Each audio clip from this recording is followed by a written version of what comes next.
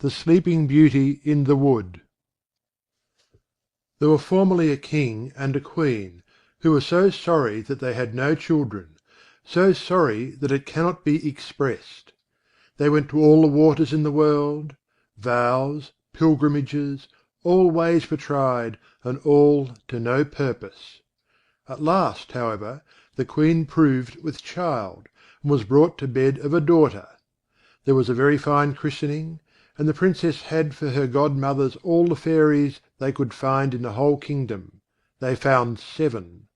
That every one of them might give her a gift, as was the custom of fairies in those days, and that by this means the Princess might have all the perfections imaginable. After the ceremonies of the christening were over, all the company returned to the King's palace, where was prepared a great feast for the fairies. There was placed before every one of them a magnificent cover with a case of massive gold, wherein were a spoon, knife, and fork, all of pure gold set with diamonds and rubies. But as they were all sitting down at table, they saw come into the hall a very old fairy whom they had not invited, because it was above 50 years since she had been out of a certain tower, and she was believed to be either dead or enchanted. The King ordered her a cover, but could not furnish her with a case of gold as the others, because they had 7 only made for the 7 fairies. The old fairy fancied she was slighted, and muttered some threat between her teeth.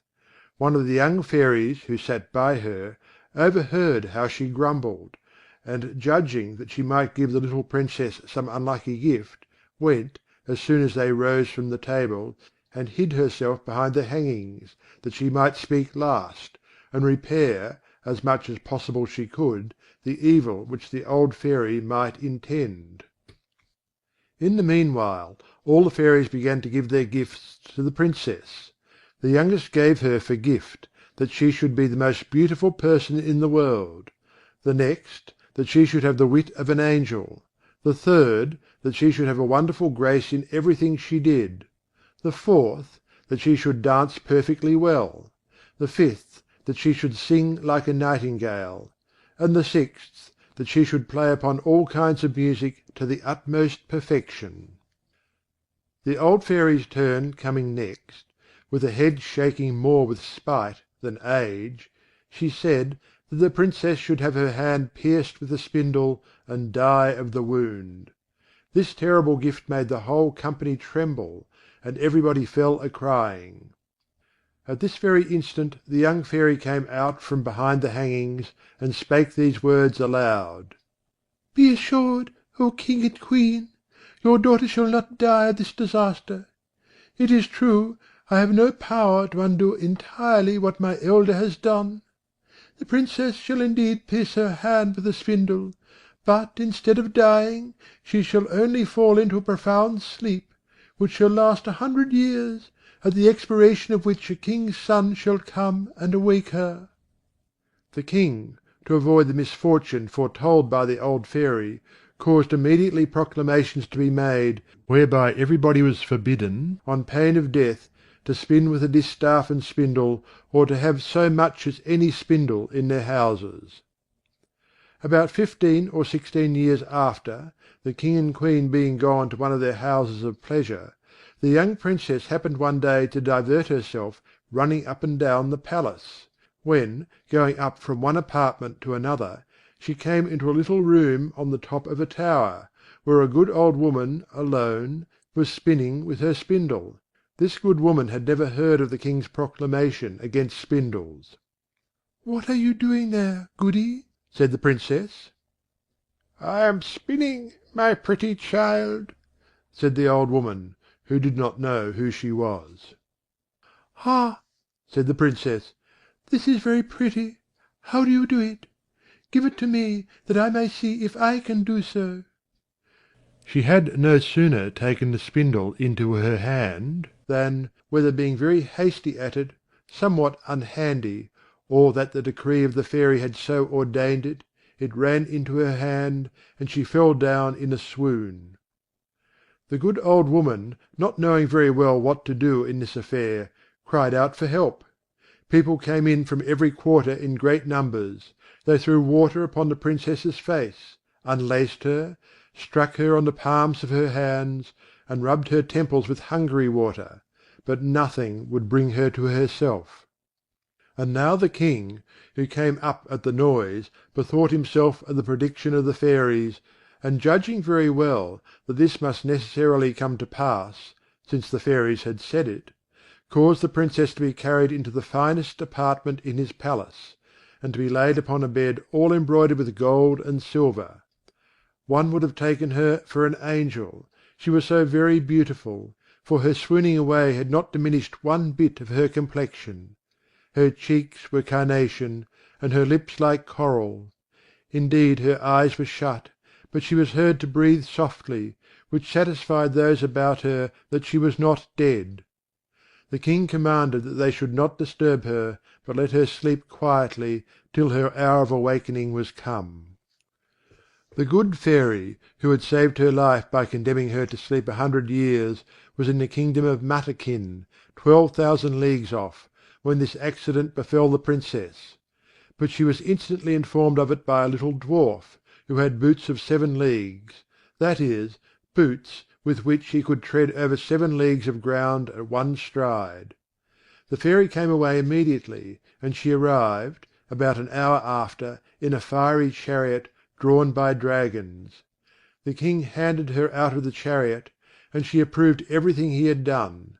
But as she had a very great foresight, she thought, when the Princess should awake, she might not know what to do with herself, being all alone in this old palace. And this was what she did.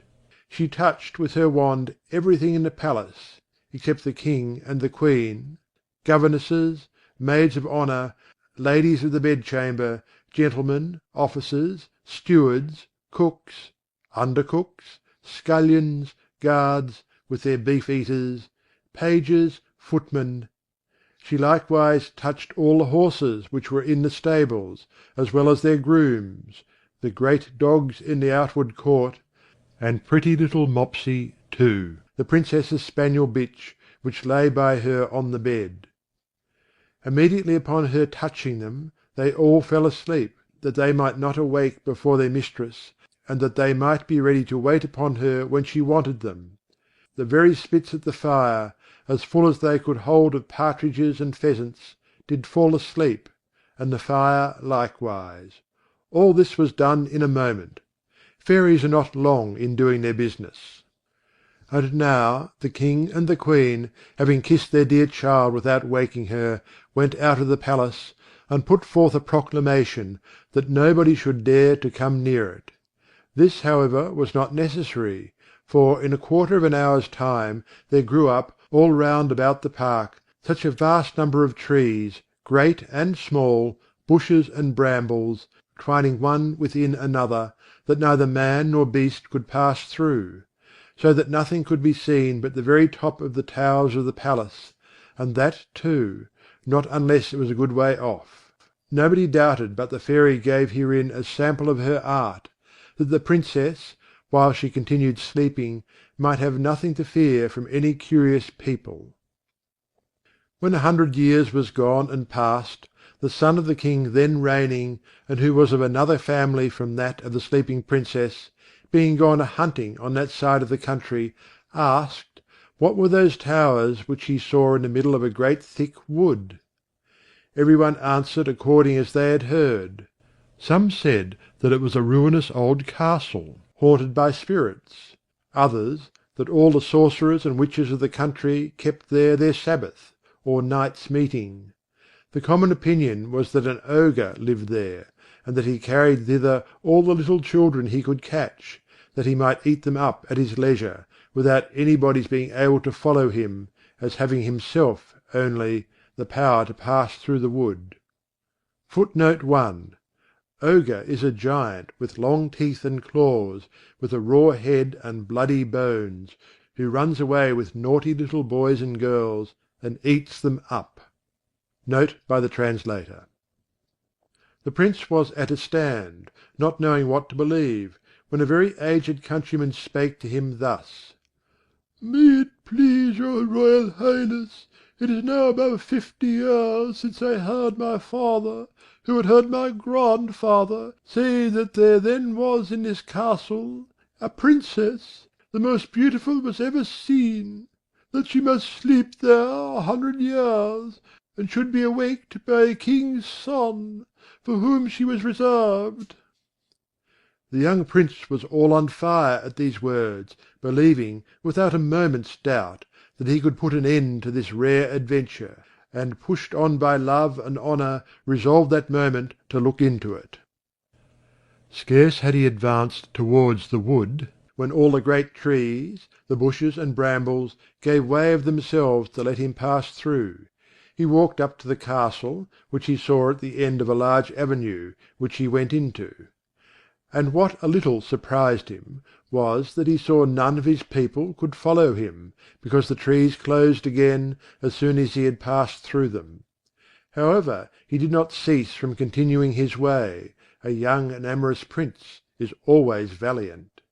He came into a spacious outward court, where everything he saw might have frozen up the most fearless person with horror. There reigned over all a most frightful silence. The image of death everywhere showed itself, and there was nothing to be seen but stretched out bodies of men and animals, all seeming to be dead. He, however, very well knew, by the ruby faces and pimpled noses of the beef eaters, that they were only asleep; and their goblets, wherein still remained some drops of wine, showed plainly that they fell asleep in their cups. He then crossed a court paved with marble, went up the stairs, and came into the guard chamber, where the guards were standing in their ranks, with their muskets upon their shoulders, and snoring as loud as they could. After that, he went through several rooms full of gentlemen and ladies, all asleep, some standing, others sitting. At last he came into a chamber all gilded with gold, where he saw upon a bed, the curtains of which were all open, the finest sight was ever beheld. A princess, who appeared to be about 15 or 16 years of age, and whose bright, and in a manner resplendent beauty, had somewhat in it divine. He approached with trembling and admiration, and fell down before her upon his knees. And now, as the enchantment was at an end, the princess awaked, and looking on him with eyes more tender than the first view might seem to admit of, "Is it you, my prince?" said she to him. "You have tarried long." The prince, charmed with these words, and much more with the manner in which they were spoken, knew not how to show his joy and gratitude. He assured her that he loved her better than he did himself. His discourse was not well connected, but it pleased her all the more. Little eloquence, a great deal of love. He was more at a loss than she, and we need not wonder at it. She had time to think on what to say to him; for it is very probable, though history mentions nothing of it, that the good fairy, during so long a sleep, had entertained her with pleasant dreams. In short, when they talked 4 hours together, they said not half what they had to say. In the meanwhile, all the palace awaked. Every one thought upon their particular business, and as all of them were not in love, they were ready to die for hunger. The chief lady of honour, being as sharp set as other folks, grew very impatient, and told the princess aloud that supper was served up. The prince helped the princess to rise. She was entirely dressed, and very magnificently; but his Royal Highness took care not to tell her that she was dressed like his great grandmother, and had a point band peeping over a high collar. She looked not a bit the less beautiful and charming for all that. They went into the great hall of looking glasses, where they supped, and were served by the princess's officers. The violins and hautboys played old tunes, but very excellent, though it was now above 100 years since they had been played. And after supper, without losing any time, the Lord Almoner married them in the chapel of the castle, and the chief lady of honour drew the curtains. They had but very little sleep. The princess had no occasion, and the prince left her next morning to return into the city, where his father must needs have been anxious on his account. The prince told him that he lost his way in the forest, as he was hunting. and that he had lain at the cottage of a collier, who gave him cheese and brown bread. The King, his father, who was of an easy disposition, believed him, but his mother could not be persuaded this was true. And seeing that he went almost every day a hunting, and that he always had some excuse ready when he had laid out 3 or 4 nights together, she no longer doubted he had some little amour, for he lived with the Princess for above 2 whole years, and had by her 2 children, the eldest of which, who was a daughter, was named Aurora, and the youngest, who was a son, they called Day, because he was even handsomer and more beautiful than his sister. The Queen said more than once to her son, in order to bring him to speak freely to her, that a young man must e'en take his pleasure. But he never dared to trust her with his secret. He feared her, though he loved her, for she was of the race of the Ogres, and the King could never have married her had it not been for her vast riches. It was even whispered about the court that she had ogreish inclinations, and that, whenever she saw little children passing by, she had all the difficulty in the world to refrain from falling upon them; and so the Prince would never tell her one word. But when the King was dead, which happened about 2 years afterwards, and he saw himself lord and master, he openly declared his marriage, and he went in great ceremony to fetch his Queen from the castle. They made a magnificent entry into the capital city, she riding between her 2 children. Some time after, the King went to make war with the Emperor Cantalabutte, his neighbour. He left the government of the kingdom to the Queen, his mother, and earnestly recommended to her care his wife and children. He was like to be at war all the summer, and as soon as he departed, the Queen mother sent her daughter-in-law and her children to a country house belonging among the woods, that she might with the more ease gratify her horrible longing. Some few days afterwards she went thither herself, and said to the clerk of her kitchen, "I have a mind to eat little Aurora for my dinner to-morrow." "Ah, madam," cried the clerk of the kitchen. "I will have it so," replied the Queen, and this she spake in the tone of an ogress, who had a strong desire to eat fresh meat. "And will eat her with a sauce Robert." [Footnote 2: This is a French sauce, made with onions shredded and boiled tender in butter, to which is added vinegar, mustard, salt, pepper, and a little wine. Note by the translator.] The poor man, knowing very well that he must not play tricks with ogresses, took his great knife and went up into little Aurora's chamber. She was then 4 years old, and came up to him jumping and laughing, to take him about the neck, and ask him for some sugar candy; upon which he began to weep, the great knife fell out of his hand, and he went into the back yard and killed a little lamb, and dressed it with such good sauce that his mistress assured him she had never eaten anything so good in her life. He had at the same time taken up little Aurora and carried her to his wife, to conceal her in the lodging he had at the end of the courtyard. About 8 days afterwards the wicked Queen said to the clerk of the kitchen, "I will sup upon little Day." He answered not a word, being resolved to cheat her as he had done before. He went to find out little Day, and saw him with a little foil in his hand, with which he was fencing with a great monkey, the child being then only 3 years of age. He took him up in his arms, and carried him to his wife, that she might conceal him in her chamber along with his sister, and in the room of little Day cooked up a young kid, very tender, which the ogress found to be wonderfully good. This was hitherto all mighty well; but one evening this wicked Queen said to her clerk of the kitchen, "I will eat the Queen with the same sauce I had with her children." It was now that the poor clerk of the kitchen despaired of being able to deceive her. The young Queen was turned of 20, not reckoning the 100 years she had been asleep. Her skin was somewhat tough, though very fair and white; and how to find in the yard a beast so firm was what puzzled him. He took then a resolution, that he might save his own life, to cut the Queen's throat; and going up into her chamber, with intent to do it at once, he put himself into as great a fury as he could possibly, and came into the young Queen's room with his dagger in his hand. He would not, however, surprise her, but told her with a great deal of respect the orders he had received from the Queen Mother. Do it," said she, stretching out her neck. "Execute your orders, and then I shall go and see my children, my poor children, whom I so much and so tenderly loved." For she thought them dead ever since they had been taken away without her knowledge. "No, no, madam," cried the poor clerk of the kitchen, all in tears. "You shall not die, and yet you shall see your children again. But it must be in my lodgings, where I have concealed them, and I shall deceive the Queen once more by giving her in your stead a young hind."